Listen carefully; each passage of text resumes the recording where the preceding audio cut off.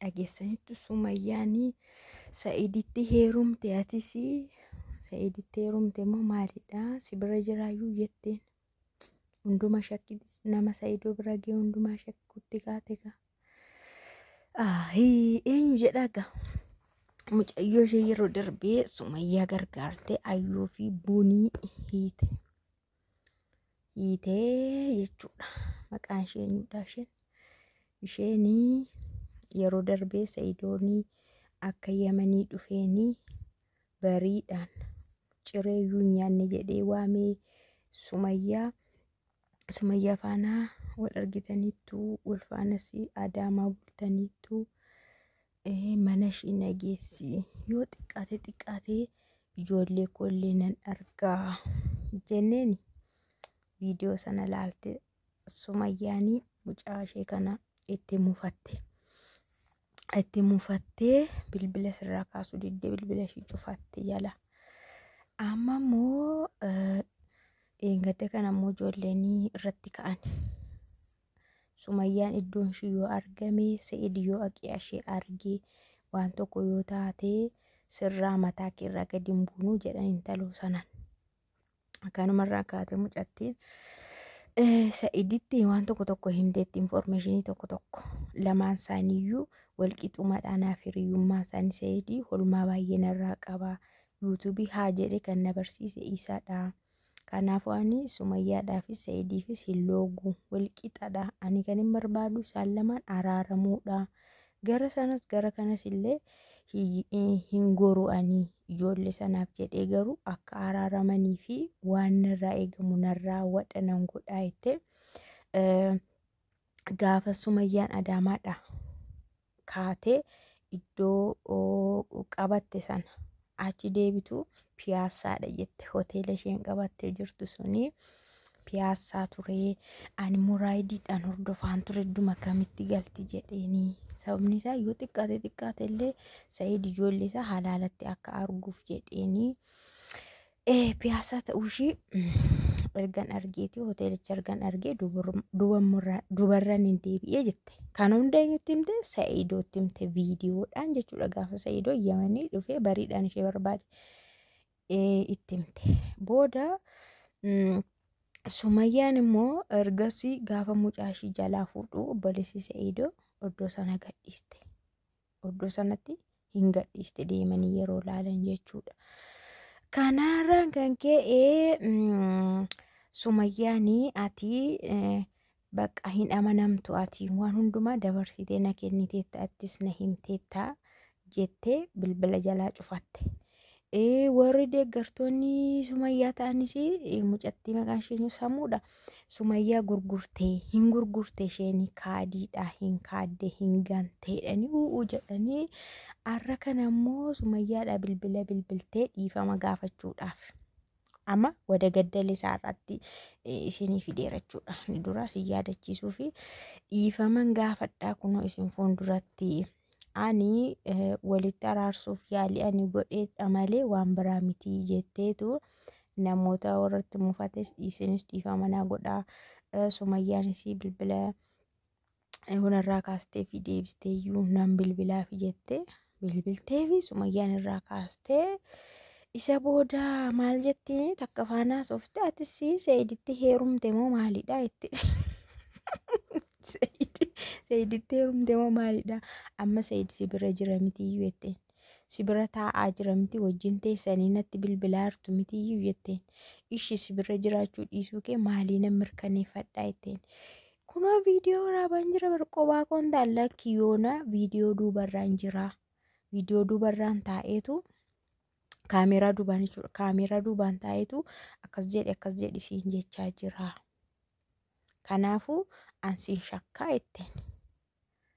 ani siin shakka waan hundumaanuu atis gizu Sa'idootti heerumte natti fakkaatan jettu seetan mucatti wayne qoosaadhumaaf illee ba'allaa akkasnaan hin jedhin itti mucatti ba'allaa akkasnaan hin jedhin qoosaadhumaaf iyyuu jetteen naani sin amanu bakka bagumaniyyuu iddoon itti galuyyuu sin barsiisini baga sittin himiiniyyuu ati hammanuma jechuudha qaxgootee mana koo fiddee turte too beekteetta ta'e iddoon jiru qaxgootee fiddee turte amma inni ijoollee jedhaa jiraanii amma indaa'um Seydoo amma irranii sodaadhee ijoollee waan inni jedhuu fi garmalee ijoollee jedhaara. Ijoollee kana na jalaa fudhataa, ijoolleen harkaa fudhataa jedhee baay'een sodaadhaa jira. Simmoo bagayyuu sin agarsiisinii jettee jennaan ishii sin kiisaa dhiifama naa godhiti na afoona dillaasii jedhee rakkoon qoona ishii bakka sin affeera kottu dhiifama naa gochuu keemmoo nan laala sin affeeraa. Maal jette kitfoo kana warra Guraagee kan isaanii si affeerati kottu kaa minaamin jennaaniin na qabsiisuu fi Seydoo si bira jiramti kunoo kaameraa duubaan akkasiisatu akkasiin jechaa jiramti. Seydoo bira keessatti bilbilaa hartaa jechuumaanis yoonaan dhufee ijoolleen harkaa fudhachiisuu miti ansi nama nutoo du'aan kee eeyyotten hageessanittu. Innaa akkasitti Sumayyaanii deebii akka kanaa deebistee fi gaaddeenyaa ishee holmaamma kana ooltee fi nu ayyuu fi bunii qabdee akkanatti gowwomsitee fi qabdee hiitee fi ara garuu sin amanuu lammatayyuu karaa keen bahuu sin arguu jetteen jirte jechuudha. Garuu egaan ilaalla malee gara fuula duratti waan isaan godhan sinin jedha. Sumayyaan amma baay'ee tokko sodaattee jirti. Seydoonis ijoollee koo ijoollee sanni jedhutti isa dura caala amma kana sodaattee jirti. Seydoonis maal jedhee tanarrayyuu bareeda godhe ture mucaa fidee karaa mucaa akka nuun wal agarru gochuunsaa nu jechuudha. Bareeda godhe garuu immoo rakkoonii mucaanii hin boossee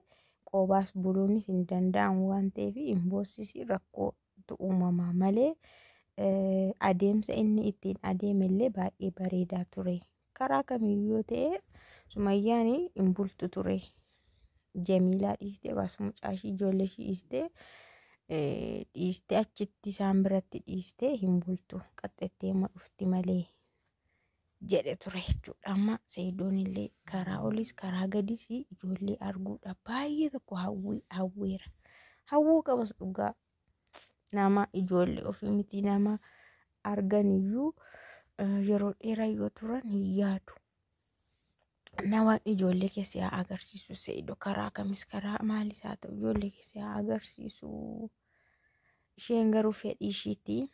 Akkuma yeroo hundumaa jedhu araaramuunis dhiisuunis mirga ishiiti. Garuu ijoollee itoo arge ijoollee osoo itti agarsiiste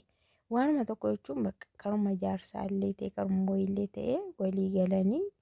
isheenis jireenya mataa ishii yoonan jiraadha jettis mirga ishiiti. Garuu ijoolleen kun seera qabeessaan iddoo murtaa'aadhaan haala murtaa'aadhaan abbaan isaaniis argee ijoolleenis abbaa isaanii arganii maal isinitti fakkaata isiniin akkasitti bareedaa miti kun amma cubbuudha bar dhugaa waaqa. Abbaanis ijoollee irraa kutame ijoolleen abbaa irraa kutamanii cubbuudha kan isiniin jedhaan. Ijoolleen waan balleessan hin qaban as keessatti isaanillee abbaa isaanii arguun barbaadu hin yaadu hin jaallatu. Ungaan ijoollee amma xinnoo ishee waggaa 2 darbitee of bartee miti amma naafiin sirriitti jiraa beeka dhugaa waaqa nama hunda dhiira hunda keessaa jechuudha. Yeroo inni galgala galu hin utaala iddoo jiru jedheetu akkuma horiin jedhee dammaqu horii keessa dhugaa waaqa yeroo jiraan of akkas dammaqee ka'eetu bakka ala xultuun uffata iyyuu hin qayyaratiin balbalu maratti na baadhu jedha narraa itti qajeela. Innaa ijoolleen maali yoo ta'e iyyuu abbaa isaanii beekuusi abbaa isaanii hin yaadusi.